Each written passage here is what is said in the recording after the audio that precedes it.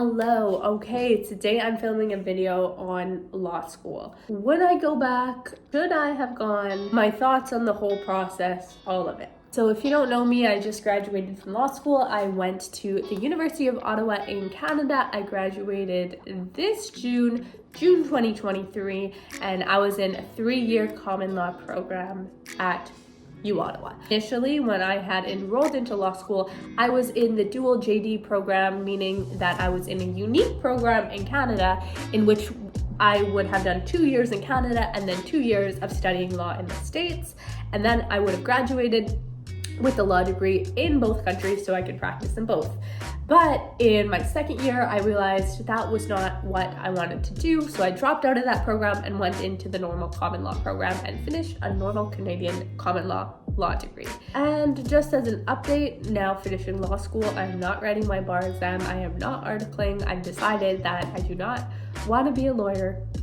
And I have my online business ventures that I have started during law school and will be pursuing full-time. So I'm not even going to be a lawyer. First thing that I would recommend you consider if you are thinking about going to law school is if you even want to be a lawyer. There are a lot of people out there who genuinely want to be a lawyer, who know what that means, who've always felt like they've wanted to or have a strong calling to be a lawyer or really enjoy the legal field. That's awesome. I don't want to deter those people, but I do think that it is valuable when you are making a decision like going to law school to consider why you are going to law school. It took me 2 years of going to law school to truly come to terms with the fact that the reason why I had gone to law school, the true reason why, is because I was being motivated by fear and ego. I was afraid. I finished my undergraduate degree and I didn't really have plans. I always had in my head that maybe I could potentially go to law school, even though I wasn't like super called to it or anything. It was just an idea in my head and I had no idea what else to do after school. It just kind of made sense to me to just continue studying for the LSAT, apply to law school. Like that just seemed like the simplest journey, even though it was challenging. Don't get me wrong, it just seemed like straightforward. It was a way for me to avoid asking myself what I really wanted. So there was a lot of fear that prompted me to go down this path. And the second was ego, meaning that it sounds good. I knew I could get a law degree because I had faith in my capabilities to get that, to enter into law school. But I also felt like it was something that I could tell people that I was doing and that they would think highly of me. And when I really came to terms, the end of the second year of my law school career, that the reason I was in law school was a combination of fear and ego. It like really completely shook me a little bit, because even though I knew this on a subconscious level, being conscious of the fact that I started school based on fear and ego, I started this journey in my life, I realized, oh, I need to not continue on this journey, because starting anything on the basis of mere fear and ego and not love or not passion or even just interest, there was some interest there, but primarily fear and ego, that was not a good start to anything in your life. So I don't regret going to law school. I think it allowed for me to do a lot of different things. Like during that time, it carved out space for me to focus on creating a business, and I don't think I would be business-wise where I am today if I didn't enter into law school. I also don't think that I'd be in the loving romantic relationship that I'm in currently if it wasn't for law school. So there's a lot of positives that came out of it. I do not regret it, but I would still recommend, reflecting on this and catching it as early as possible, what your intentions are, and remaining in a fragmented kind of like unknown place for a bit before starting something that you don't truly want or that you're meant to be for. The second thing I would recommend for anyone starting law school is don't stress. If you were in law school or you're starting law school and you're like, oh, this is gonna be so hard, oh my gosh, like you already are there. You got in. You are smart enough to get in. You took the LSAT. You had a high enough GPA to get in. And even if you didn't, even if your LSAT score wasn't great or your GPA wasn't that phenomenal, but you got in based on your side extracurricular activities or your maturity and your work experience, you got in for a reason. There was something that they saw in you and they allowed you to enter in their school.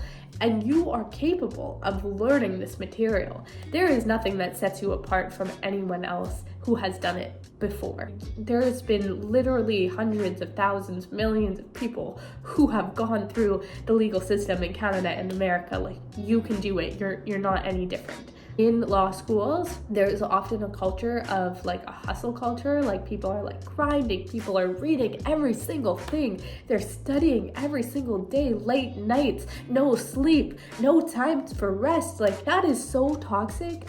I can't even express to you the importance of removing yourself from environments, people, and situations that are condoning that hustle culture behavior within the school. Oftentimes in law school, you will come across people who feel like they need to read every single thing. Let me tell you, every law school is a little different, but in my law school, in my first semester of my first year, you were enrolled in 7 classes, and these classes are heavier than your undergrad classes, and you're enrolled in 7 of them, and they give you so much reading. I remember the first reading I tried to do, it took me like 30 minutes to get through half of the first page of like a 50-page reading for one of my 7 classes, and they were all needing to be done by the next day, so that the next day they could give me 50 more pages to do each class.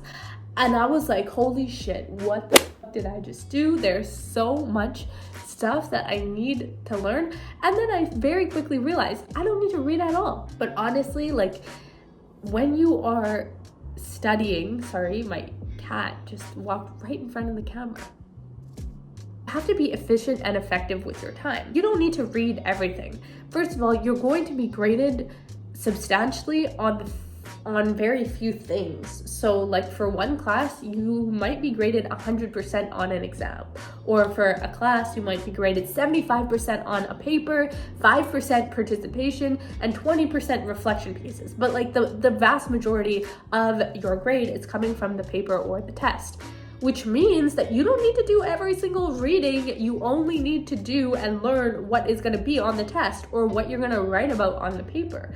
But I would instantly be around people who felt like they needed to do every single reading from every single class every single day.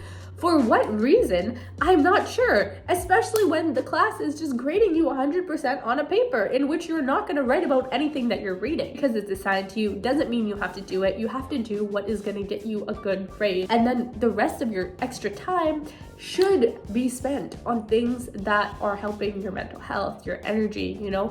Go into law school feeling like, I'm going to prioritize my well-being, because at the end of the day, if you are feeling at your top, if you are feeling the healthiest, most vibrant version of yourself, you will be able to perform way better on your tests, on your exams, on your essays. You'll be able to focus more, concentrate more, and deliver best results. It's funny because like all people who enter law school are required to take the LSAT in America or Canada.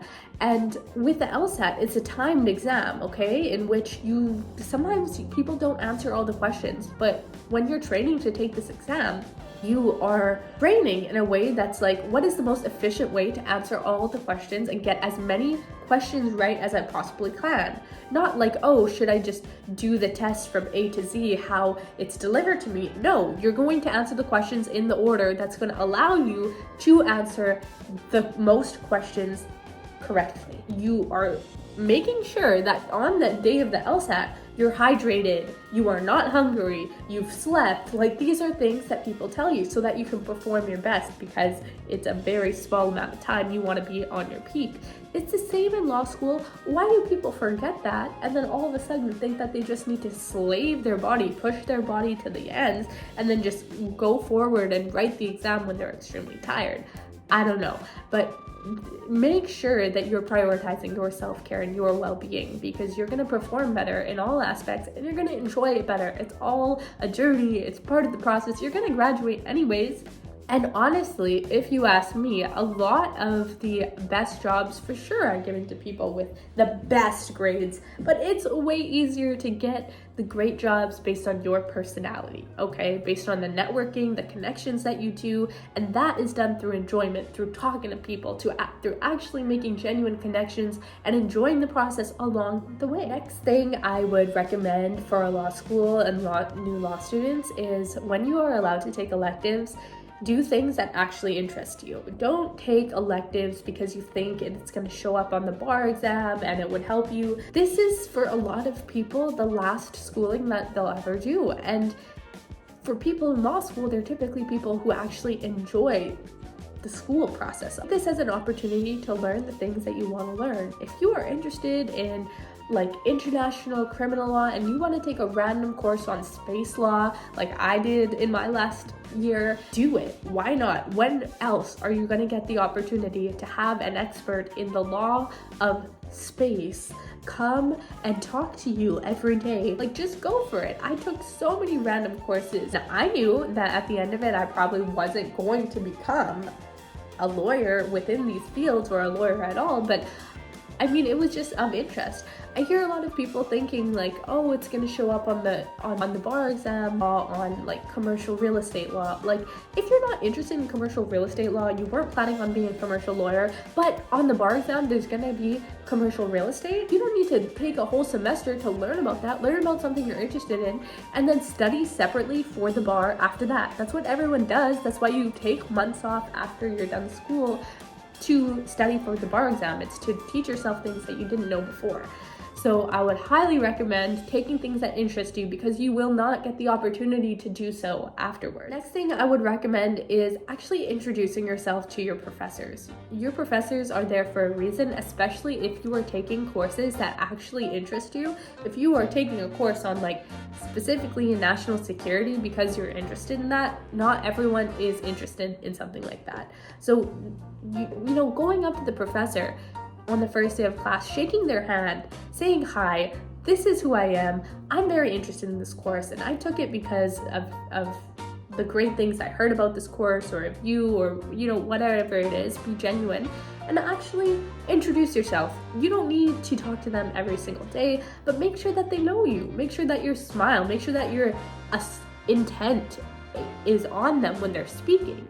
That's how you make genuine connections. And like I said before, a lot of the times the connections that you make is what leads to the jobs and opportunities in the future, not your grades. So stop, you know, like completely focusing on the books and focus on what's in front of you and the people who are in front of you. Because the professors, especially if you are taking classes that are elective based, those professors teaching what you're interested in are the people who have studied and who have worked in the field that you want to be in. They are the people with the connections that you need. So you should be making friends with them. So it's actually extremely important to make sure that you're taking electives in the field that you want to get into, because this is the greatest opportunity to meet the people in the field. There's a lot more that I could talk about, but this is just a part one. I'll do a part two if this gets good feedback. Thank you for watching. If you've tuned in this far, subscribe for more videos just like this and some other additional informative videos for people in the online space and people who like to watch vlogs and things like that. And follow along on my journey on Instagram and other social media as well, which is linked down below. Have a great day and we will talk soon.